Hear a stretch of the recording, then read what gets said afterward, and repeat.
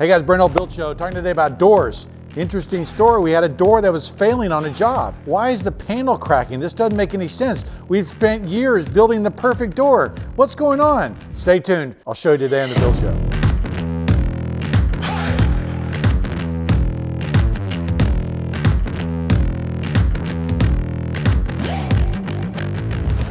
Big French house we did, finished a year ago or so. We had these doors, and as we were finishing up the job and wrapping up the punch list, one of the punch items that kept coming back was the door, and the panels kept cracking. You know, we've spent many years trying to build the perfect door. And one of the details that we figured out, looking at the past, looking at French designs, is that the French did a double panel. And you can see this in the scans from this historic book where it shows that there is an outside panel and an inside panel.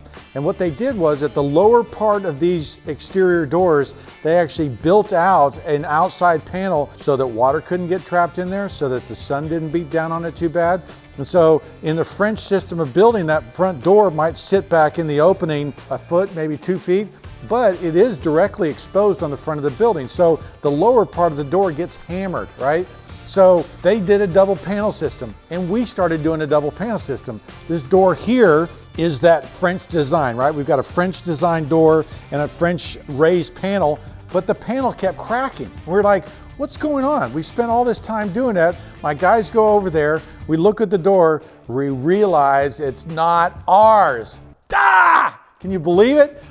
I had a project manager who is no longer with us. I guess he thought he could get something cheaper or get something faster, and had a local milk company build our door. It turns out it failed. What I want to do is I want to cut into this door that isn't ours and talk about the difference between 1/8 of an inch that I talk about all the time, that the difference between good and great is 1/8 of an inch. Here's a door that it proves that point, and I'm going to show you why. Let's cut into it.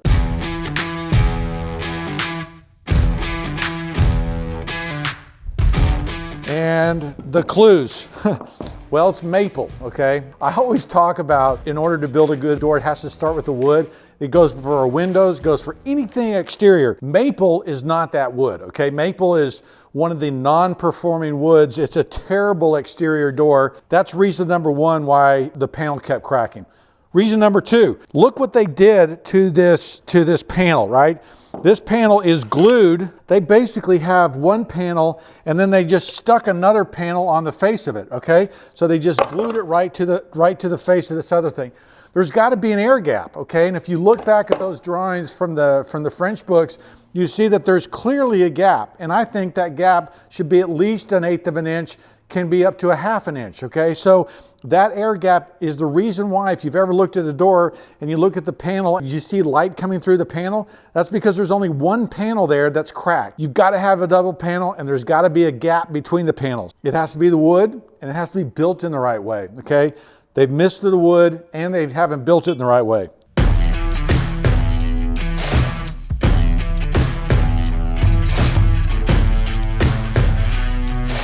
What's interesting is they've got a really thick panel, okay?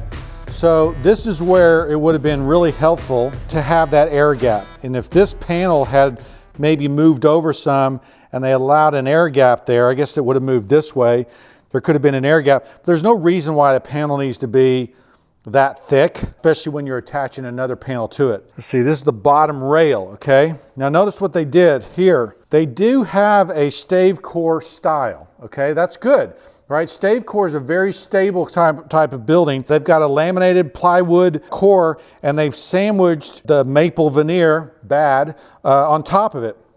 The rails, okay, which are the horizontal pieces, are just glued up maple. So not a great wood. The goofy way they built this means that this thing isn't going to last very long, that it isn't built to last. We see how the panel is set into a groove, which is pretty common. What I'm going to do is break that out. There was their problem. There is no air gap between that panel, right? Do you see that? That this is the panel sitting in here, and they've just glued this other panel right to the face of it. There's got to be an air gap. And what I'm looking for is I want to see whether this thing is this style and rail, whether they've got mortise and tenon joinery.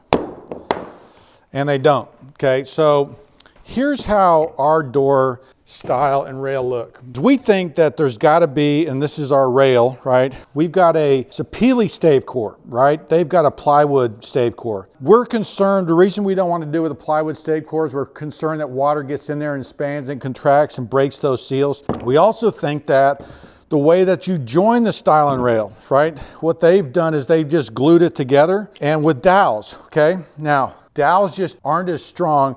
Years and years of this door moving and going like this, we don't think dowels are enough. So we like a full tenon that goes into the stile like this, right? That really gets a bunch of the meat of the stile and holds it together. These are kind of little things, guys, but they all add up to kind of be an important thing. When you dowel a door together, when it's maple, when you don't have stave core stiles and rails, when you don't allow air gap, right? You have a door that fails. We were so shocked, right? We had no idea that this guy, one of my old project managers, had bought this, secret door. But as it began to fail, it actually gave us a lot of confidence about what we're doing, that, 1/8 of an inch incremental things that we're changing really do help and really do make a big difference in the long run. In a French door, there was a way that they trimmed out their windows. And I'm gonna actually pull one of these beads out so we can look at it. They didn't do it right. This was kind of another one of those 1/8 of an inch things. As we kept looking at the door closer and closer, realizing it wasn't ours, we noticed more subtle differences of how they built it differently. And this stop is a good example of one of those.